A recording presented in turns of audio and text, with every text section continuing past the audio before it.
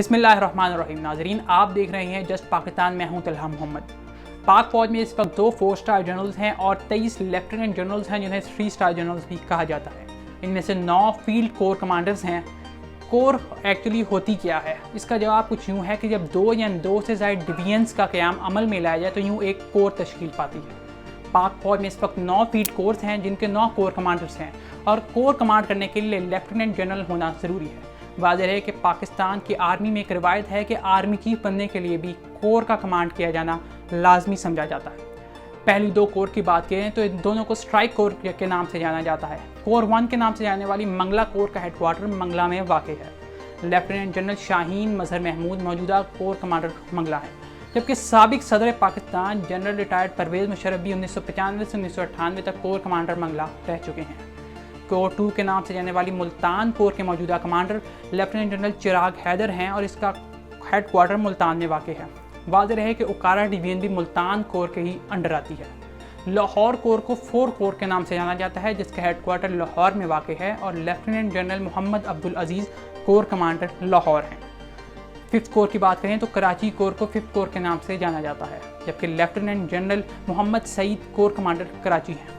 واضح ہے کہ سندھ میں 2 اہم ڈویژن، جن میں ایک حیدرآباد ڈویژن اور ایک پنو آکل سکھر ڈویژن، یہ دونوں کراچی کور کے ہی انڈر آتی ہیں۔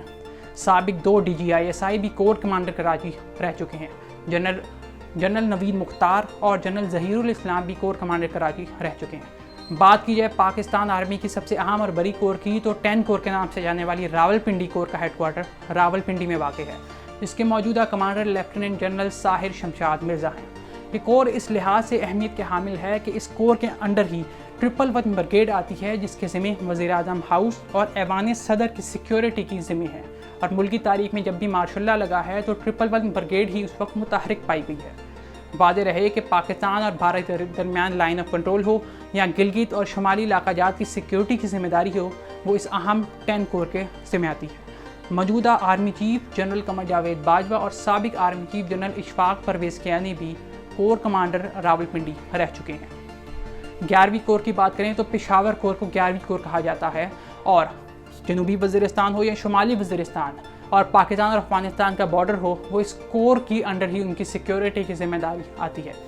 واضح رہے کہ اس کے موجودہ کمانڈر لیفٹیننٹ جنرل سردار حسن اظہر حیات ہیں، اور پشاور میں اس کا ہیڈ کوارٹر واقع ہے۔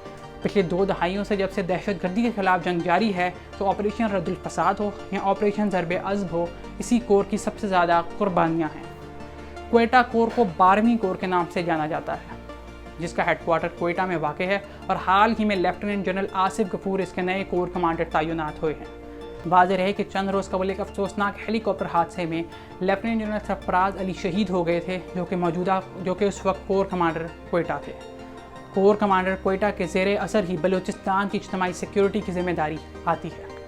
گجرانوالہ کور کو 30 کور کے نام سے جانا جاتا ہے، اس کے موجودہ کمانڈر لیفٹیننٹ جنرل محمد عامر ہیں۔